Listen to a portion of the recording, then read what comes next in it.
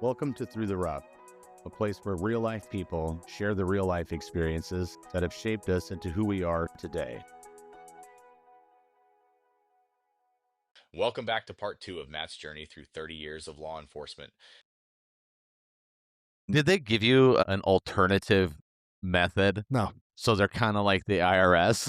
Yeah, They're pretty like, much. we know, and we're not going to tell you, and if you don't know, then you're in trouble. Yeah, pretty much. And so I go to psych services to talk about it. And they're like, oh, you said this, you dropped the motherfucker at the shoot, don't shoot. You said this, and I'm like, yeah, I said those. But I was like, I said, when I turned in my stuff, I asked them, could they talk with me how I could have did this differently? And they didn't. And they never got with me. So they already wrote me off. Yeah. And did it have anything to do with you being a legacy brat, or just because you demonstrated a different technique than what they're used to? I don't think those guys knew my dad. Yeah. So it's not like they knew him. Mm-hmm. But, everybody knew who these two were because they were the officer safety guys at the academy. I mean, they were there. They had been for years. Yeah, they were there when my dad went through. And I'm not saying they didn't do good stuff. Yeah. Obviously. Yeah. And what they talked about and what they showed, yeah, by far, it's good. It's just that, your way's not always the best way. Yeah, that paradigm shift hadn't quite happened yet. Yeah. As you were going through. A lot of times they would show you videos of them talking with cop killers. Oh. They'd go to TDC and talk to cop killers and like, what led you to shoot this cop? And then it was a lot of it was, oh, they disrespected me. Yeah, like just they're riddled in ego. And, I wasn't going back, without a fight. And so, I'm not saying the stuff that they did was not good. It's just, I didn't agree with them. Yeah. Well, and real life experience versus academy is a lot different. Yeah. So again, textbook versus reality, it's not going to be the same. All right, we had to pause there for a second. Everybody had to take a quick bathroom break. Because we're old. Because we're old. We're drinking a lot of coffee and water. Does not help. All the coffee. I got to poop here soon. So, you've seen those coffee cups? Coffee makes me poop. I'm like, I want one of those. Yeah, it is very true. It is That's why I don't true. drink it, I guess. You never poop, huh? Yeah, I guess not. Anyway, so where were we? So I get in trouble. I had to do this mock ID letter and turn it into them. I tried to meet with them to talk to them, which they didn't, which I think helped in my favor. Yeah, because you would have been. Yeah. It shows that they weren't trying to help me. Yeah. Okay. That, like I said, they wrote me off already. We're getting rid of them. And also, your first year on the department, which is 6 months in the academy and then 6 months on the street, you're on probation. So you're not covered by civil service. So they could fire me at a drop of a hat. What does that mean, covered by civil service? Oh, civil services, it's harder for them just to come in and say, you're gone. Yeah. They have to do a big investigation. Then not like an at-will type thing. Yeah, or- yeah, it's okay. not. But Yeah. prior to that, it's completely at-will. While you're on probation, like I said, they could just right then say, yeah, you're too aggressive. We don't want you. You're out.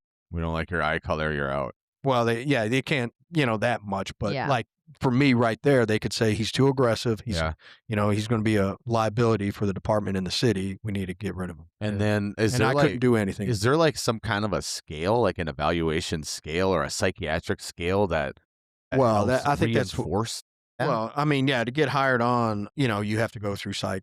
You take those personality tests. Yeah. Like the Minnesota? I have no idea. Yeah, like MMPI or Yeah. whatever it's called, Minnesota multiple, and then they're like 500 questions and do you like going fast in cars? And then it's yes or no. Oh. And then like, do you like planting flowers? And then they'll ask you kind of a similar question, Just different. just worded different. Yeah. And they're gauging you like, yeah, his personality, he likes he's adrenaline junkie. He likes to go fast in cars. He's, He screams "Die Hard" yeah. every time he gets out of the And cruiser. and then you take two. Well, I did at least, back then. I don't know what they do now, of course, but we took two different ones. One being one from, it was called like Minnesota or Uh-huh. Minneapolis. I think it was MMPI and whatever the other one is, and they're like 500 questions a piece. And then of course you meet with psych services before, and you talk to them about your test results and anything else. Yeah. You also polygraph. You fill out a huge background packet. Do you have to take a polygraph? Yes. What is Yeah. that like? It's a little intimidating because, I mean, the debate about polygraphs, there's a reason why they're not allowed in court. Yes. because it's totally subjective. Yeah, my heart rate's going to go up because I'm Nervous. I'm nervous. Yeah. Right. You're sitting here asking me questions. Yeah. And I have. Well, I see, and it's all yes, no. Yeah. Mhm. Then they come back at you of like, well, you're showing kind of some deception on this question when I asked you, and like mine was like, about sex and stuff. And I'm like, I don't know, man, I'm really disgusted by like sexual predators and, Yeah. maybe, I get worked up about it a little bit. He's like, well, it's not uncommon for me, people tell me they've been abused as kids or whatever. Trying to get some kind of psychological Well, response. the thing is for you to change your story. Oh, looking for inconsistency. If you And can't then be you change it, consistent, then you're out. you can't be Okay. trusted. Yeah, you're out. So, and that's what it is. And like, well, it's showing like you're lying about theft. And yeah, come on. Did you ever take some money off your parents' dresser and not let them know? As a child. Yeah, Yeah. stuff like that. Yeah. And okay, yeah, And yeah, that is complete baiting someone because that's. well, Yeah. Wow. Okay. yeah. So, I mean, but it's about are you being truthful? Integrity. Yeah. It's your integrity by far. And that's 100% of what being a cop is. You have to have that integrity, man. Mhm. Because there is the temptation, especially when I was in narcotics, man. I've been on scenes where we seized over $1 million. The temptation of like, hey, how they gonna? It's Yeah, like you 900,000. see in the movies. Yeah, Mhm. no, but Well, back in the 70s and 80s, the cops in New York are real pieces of shit, man. I mean, You that was remember those? Half of the police department in New York City was no better than the mob. well, yeah, because it was ingrown. I Yeah. mean, it was just such part of the culture, Yeah. and that the mob had such a huge influence. But you'd get these cops that were shaking, like literally shaking crooks down on the street. Well, it just wasn't there too. We had them in Houston. So, I mean, talk about this later, but they took down 3 guys at my station when I was there. Yeah. Or stuff like that. And so, so I end up in psych services talking to them, telling them like, how I went straight to my dad, talked to him about it. When I gave him my letter, I asked them, could they explain to me? Because all I did was I got chewed out, Mhm. yelled at and Yeah. chewed out. There was no, no positive, not that I need positive reinforcement. I'm not one of those, hey, and you're great at everything you do. Here's your participation Yeah, ribbon. Here's your gold Thanks for star. showing up. Yeah. I go out there and try and beat up some prison swole dude who just got out of TDC, and so it was real. And so the psych services person was like, left it up to my class counselors, 2 officers that decided if I was going to stay. And lucky enough, they're like, nah, he's a good dude, and one of them knew my dad, that I probably helped. imagine that would make for awkward Christmas parties. Yeah, well, I mean, not they used to work together, and not that they hung out, but they knew. Yeah. I know what you mean. Yeah, and so I was really close to getting fired in the academy. That's crazy. See- You ended your career at what rank? What service rank? I was a sergeant. Yeah. Yeah, so and 29 years late. 29 years, And too aggressive. you almost didn't even make it to day one. I mean, it was, and another time I got in trouble, because the handcuffs you can double lock them so Yeah. they don't keep, Yep. Getting cranking tighter. up. Well, we were working on handcuffing, they want us to hold them a certain way, and then you can like slap them on, and then Yeah. Yeah. well, I'm like, hey man, one of my classmates, let me look at your cuffs, man. They look different from mine or whatever, and I double locked them, and then I gave them back to him. So he's trying to handcuff somebody while they're locked. So he's jabbing them with it, and we all start laughing. And and the guy being handcuffed turns, and the defensive tactics instructor, she was like, yelling at the Yeah. guy for not handcuffing. Yeah. And then the guy, being handcuffed, knew what I did, and he's like, Matt, double locked your cuffs. And then she heard it. Shit. Oh, Yeah, I got in some trouble, man. I had to clean all the baton bags. I had to do door duty where you stand at the door and attention. Good morning, sir. My And as I opened the goodness. door, Oh, I God. had to be there early, open the door. Good morning, sir. And of course that was something, they were teaching the respect and the Discipline. the Accountability. accountability. And then also when we walked around, officers would come there too for in-service training. So, just like teachers, to keep your license. So, well, of course, we had to have our yearly training too. So we'd go back to the academy and have our yearly in-service training there. And of course, morning, sir, morning, we would have to acknowledge them. And then, of course, after you become one, you just get the hell away from me, Yeah. But, they're doing what they're told. And so, and of course, I had to do door duty, clean all the bags for a week, and yeah. So I pranked around too much. No pranking in the academy. Yeah, no, and it's Definitely like, not like no, yeah, you just keep quiet, keep your head low, and keep quiet. Why don't you listen to me, Matt? I'm like, because I'm an idiot, and that. So yeah, I mean, 6 months in the academy, I mean, it was miserable. It really was. Yeah? And it wasn't hard for me. It wasn't hard. It was just. I mean, you have to go through it. You have to learn, of course, by far. It was just, you know, just didn't. Were Was you the Oh, go ahead, Lindsay. were you stressed out about it because you kind of had gotten in trouble pretty quickly, and then just the rest of the time were you just anxious about anything you Well, did, or this was like the course of the 6 months. So okay? me almost getting fired was kind of towards the end Oh, okay. because, you start with the first parts and then Yeah. you learn a little bit more and then you do the other crime scenes and then you do a little bit more. Yeah, these were like towards the night crime scene was towards the end. Okay. And like I said, I mean, they totally set us up. Yeah. It was on purpose what they did. And no matter what I did, I don't care. He could be here now and say, no, that's not what we did. Then why'd you change the scene? Captain Kirk's unfailable or unpassable test. Yeah. Yeah. Why'd you change it? It's a burglary for everybody else and it's been a burglary ever since. Yeah. But mine was a disturbance. Yeah. With the intent of derailing you. Instigating me. Maybe Yeah. it wasn't to derail you. Maybe it was to challenge you. Yeah. And to see how you would actually get through that. And then it's like, well, how do you, Have I still don't know how I could have did it different. have you well, here's have you thought that maybe they saw something, and I can fucking, this is probably so far off base, but do you think I say that because I know you? Do you think maybe they saw something like special in you, like they just want to push you just a little bit different than somebody else, like you were that unique No, case? I think by then they wrote me off. Yeah, they were just like, fuck this guy. Yeah, let's set him up and get him out of here. No shit. Yeah, I actually But think, you still managed to circumvent that. Yeah. You Yeah. still that's awesome. That's Yeah. again thinking and, outside and the thank box. God because it wasn't up to them. Yes. Yeah. And, they probably had their say by far, like, yeah, he should be gone. He's going to be a liability, to the department in the city. Yeah. And, thank God the counselors were like, nah, because they just came, they were street officers. Yeah. So Yeah. they knew. And I probably as a street officer, looking back at that scene and everything, reading that report, I'd be like, what? I don't understand what he did wrong. And the big fact about that they never actually told you Yeah, I mean, yeah, really, they never told me or gave you an alternative. No, you should have done it this way. instead of just chewing me out. Yeah. Yeah. I agree. That right there is evidence alone, I think. Well, I've been in a position where I've had upper management tell me to fire somebody, and I'm like, I can't fire them. I just started working here, and I know that this guy doesn't know how to do it the right way. So if I fire him now, that's not fair to him. He has to be shown the right way, and if he fucks that Yeah. up, then I can fire him. Like, Exactly. It's not. I mean, don't- yeah.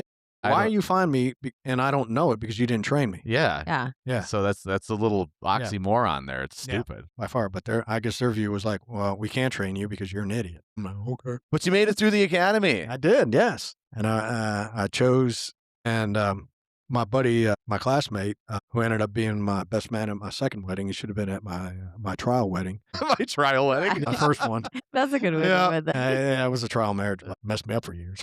So I graduated 17th in the class, and there were 65 of us when we graduated, and he was 18. And I still rub it in his face today. I beat him by 0.01 point.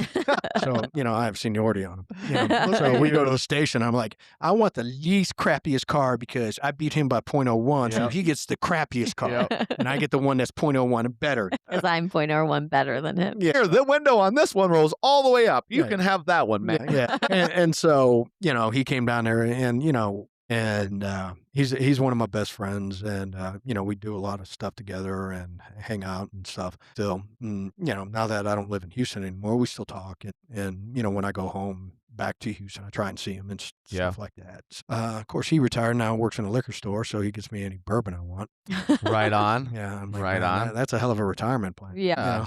Liquor store. Yeah. I'm not making the right friends. I need to make different friends.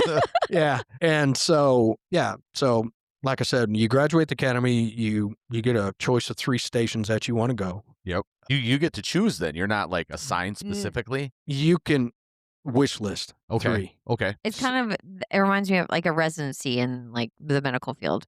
When you get to your residency to go on to like a fellowship in medical school, you pick choices, you pick hospitals that you want to go to. And then that hospital, they see you and then they select you from. Kinda, I guess.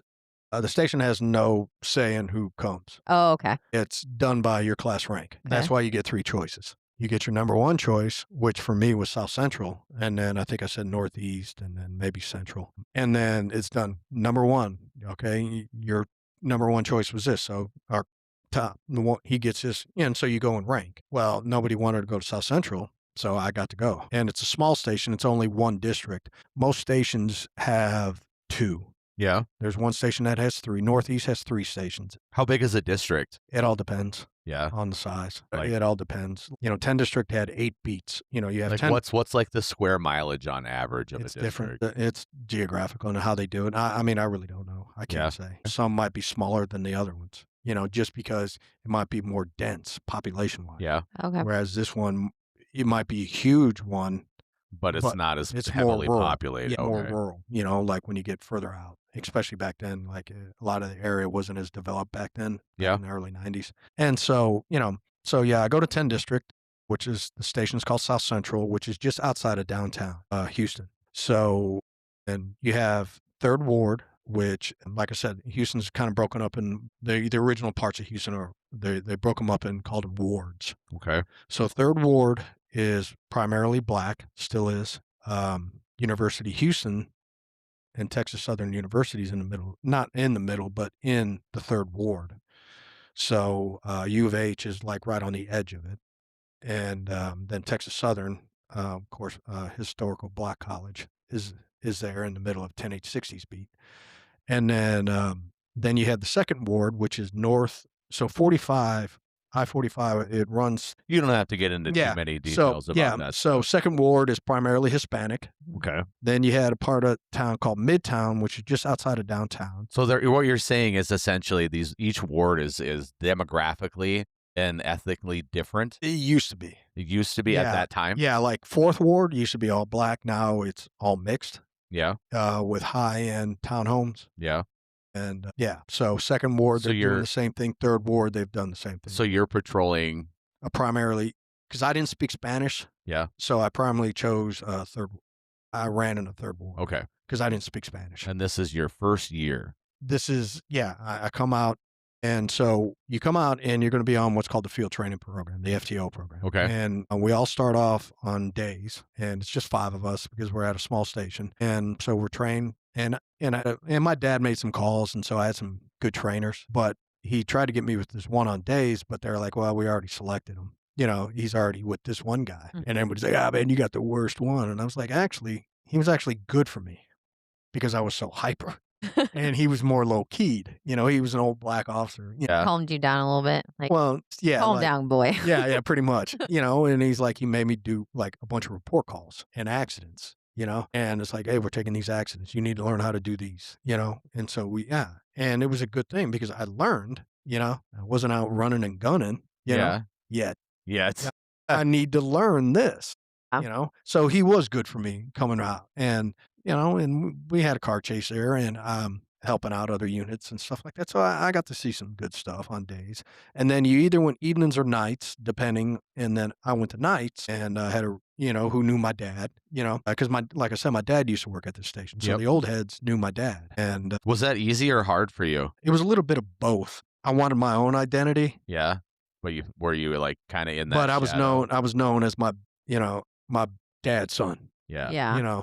and this one sergeant would call me my dad's name all the time. And I was off probation, so it didn't help. It wasn't as bad, but like I freaked out on him. I'm like, I'm not my dad. My name's Matt, Yeah. and I'm glad I never needed nothing from him ever, but it's like, dude, learn my name. Yeah. Yeah. I mean, that. And so our name tags, we'd have like our first and middle initial and then Yeah. our last name. Yep. Or, and so mine was MV because my middle name's, when my dad adopted, that was something, like I said, my dad adopted me and my brother. So yeah, he is my dad. And my real father. For all intents and purposes. Yeah. Yep. Oh yeah. My real father's dead. I mean, I think he died back late 80s. You didn't even know who he was. Yeah. I mean, he was older than my mom. So yeah, I mean, I have no, and he had no, Most dads are older than your mom. My dad was older than my mom. my dad is not older than my mom. He's 15 years younger. Your stepdad, though. Yeah. Well, His dad, my yeah. dad. Yeah. So, well, you know what I mean. yeah. And so, he had no problem signing his parental rights away.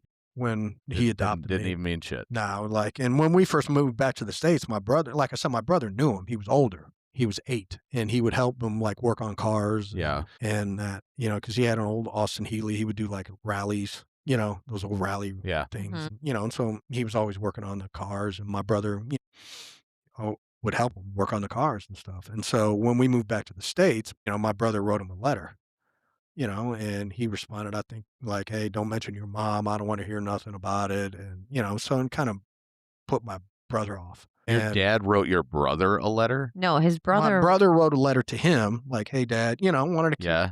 and when my real father wrote back, was like, "Don't mention your mom. I don't want to hear about it." He was just a bitter, Yeah, I mean, kinda, he was I a mean, drunk. a bitter, Yeah. a bitter asshole. Yeah, is my what it mom sounds said like. he was a working alcoholic. Yeah. As soon as he got off work, he had a rum and Coke, and he drank until he went to sleep. But he got up every day and went to work. That's called a functioning alcoholic. Is that Yeah. what that Yeah. is? Yeah. Mhm. Yeah, and then on the weekends, and then he would disappear because he'd go cat around with his Filipino girlfriends, and Just finally my mom had enough. Yeah. And that's Yeah. why she moved us. rightfully so. Yeah, by far, and moved us back to the States, of course. And then, but so yeah, I end up at South Central, day shift training goes fine. I have a good trainer, keep me locked in. Yeah. Yeah. And then on nights, I had a really good trainer who knew my dad and stuff. And this is where first time I saw blood on a blue uniform, and I was training. It was Veterans Day, 1994. Say that again into the mic. Veterans Day when? 1994. Okay. So, like I said, I started April of 1994, 6 months in the academy. I graduated at the end of September of 94. So within a few months, Veterans Day is what, November 11th, right? Yeah. Yeah. Yeah. Yeah. So it's Veterans Night. And a call drops. Somebody calls, and 288's a freeway that runs through our area, that there's a wrecked patrol car. And so, which is in our area. So the dispatcher starts going through what we call a roll call. She's pumping her units. Yeah. Now, our district's on that mic, and then there's another station on the mic, so 10 and 11 districts. So she has to go through the roll call of both stations. Well, she gets to who it ends up being.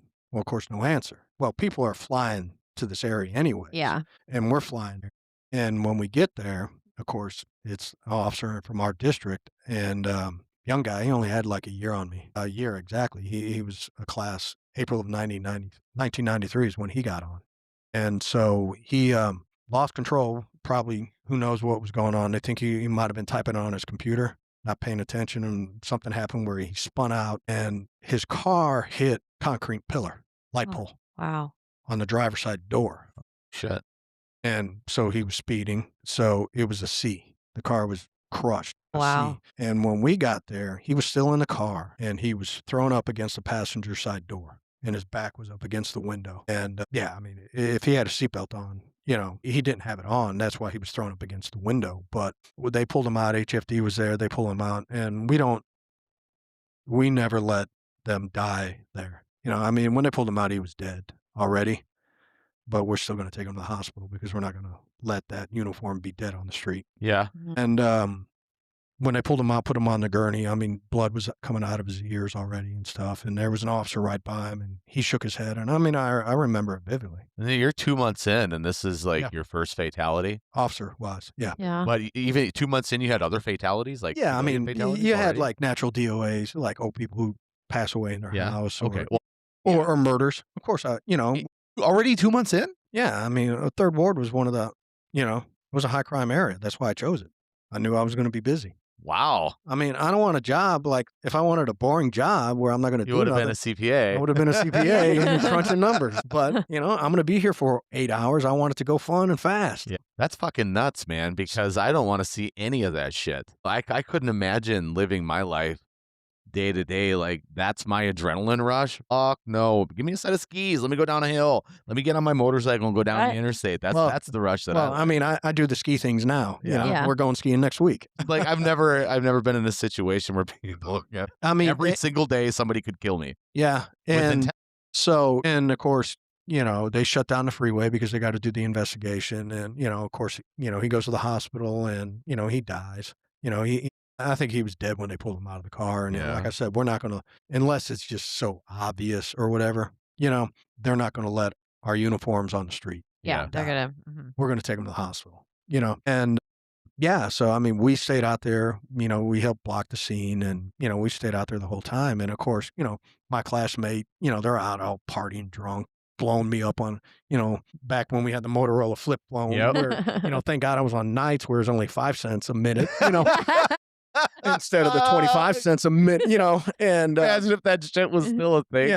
My Yeah, God. No nice. one, I mean, And they're all having fun and, because I was living with a classmate at the time and, and they're all partying at the house. And I'm like, leave me alone, dude. I'm Yeah. on this fatality scene, dude. Leave me alone. And, not that we're busy because we're just sitting there because we're not doing any part of the investigation. It's the accident division that's going to Yeah. do the fatalities. We do normal accidents, but fatalities or officer involved wrecks, even if it's not a fatality, we have specially trained Mhm. accident division handle that. So, yeah. And so, like I said, that was, I've already, I already saw a dead body with, not on days, but, I mean, I was, each training phase is 3 weeks. So, on days it's 3 weeks, then I'm on nights for 3 weeks, then I'm on evenings for 3 weeks where I'm trained. And then you have 2 1-week evaluations, one on evenings, one on nights. And then and you have to do good on that or they can fire you. So, but if you fail evaluation, which is phase 4, you go to phase 5 and you retrain on the categories that you failed. So there was like 21 categories that you're trained on Yeah. and evaluated on. It goes from like scene management, officer safety, knowledge of laws, knowledge of general orders, and knowledge of city ordinance, driving. Are you a good driver? District awareness, key mapping, because we didn't have the phones where you could just plug in on Waze or Apple Yeah. Maps or Google and take you to wherever. Kinda No, we had go to where key go. map it. Yeah. And so, yeah, Did you have the and that map was part of our, MapQuest directions printout? yeah, pretty much. But no, I mean, we had key map. And that was issued to us in the academy, and it's a map of the whole city, and it's a binder. So what you do is, okay, these are the maps that are to my station, so you put them up in the front. So I'm not, and then when you get the call, you got to find where the street is, and then you see where you're at, and then so Yeah. that was part of our training. Now it's not so much because now the cars they have GPS, they have. Navigation. There you go. Navigation on the computers in the car now because they're like more computers. When I got in, it was just an orange screen that would at you. And, it would just tell you the information that you wanted. There was no maps. There was nothing. Yeah. It was just I could run somebody and pull up your driving record and pull up your criminal history, and that was it.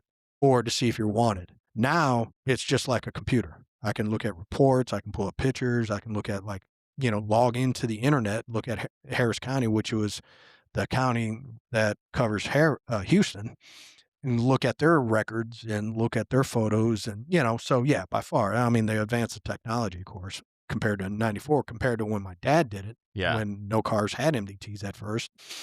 Not And, there. so they did everything over the air, but so, yeah. And so that was my first, like I said, that was the first time seeing blood on an officer's uniform. How did that affect Yeah. you emotionally? Like did at that point did you at all recognize your own mortality within the Nah. the role that you're in? No, I was still young and I was doing judo, so I was like, ain't nobody gonna beat me up. Yeah. And so I still had this false sense of like I was the baddest dude around, and not really realizing I wasn't. Yeah. Because there's always somebody bigger than you. Always. It's- Faster, doesn't matter. Yeah. One day you're just one step slower, you know? Or you get caught, haymaker come out of nowhere and Yep. there you are funky chicken it on the ground because you got knocked out. And so, yeah, then I go to evenings. I have a really good guy on evenings who showed me like he was really good at finding wanted people, and he would keep every felony booking photo that he arrested. And so the trainers back then got to keep their cars. They would take them home. So it was their patrol car and it was a take home ride. And then that was a perk of also being a trainer, having to deal with an idiot rookie, trying to train him. Well, we'll give you a car in overtime, dude. That's a Okay. perk. Yeah, Okay. yeah. Okay, I'll do it. And so but back then you really had some really good seasoned officers that were trainers. And so, and this guy on evening, and the guy on nights was really good too. But the guy on evenings was his primary, he loved to look for wanted people. And like I said, he kept every felony booking photo he had, he would order it. And he had shoe boxes in the trunk of his car. Yeah. And he kept them, every felony he ever had. was in a shoebox in his car. And one time we were driving down the street, and a female was walking down the street, and he goes, "Hey, get her." I'm like, "Oh, okay." He knew who she was just like Yeah. that. And I jump out, detain her, put her on the car, and he pops the trunk, is going through these photos, pulls out this photo, and she's probably 100 pounds heavier now. And he's like, "This is you." And I look at her and I look at her, and she goes, "That's me, officer." She was wanted. I knew her. No shit. Wow. And I'm like, yeah, that's cool. yeah. I'm like, man. Obi-Wan Kenobi teach. Thank you for listening. Don't forget to stop by throughtherough.net to check out our latest episodes, merchandise, and hit that donation tab to keep content coming. See you again next week.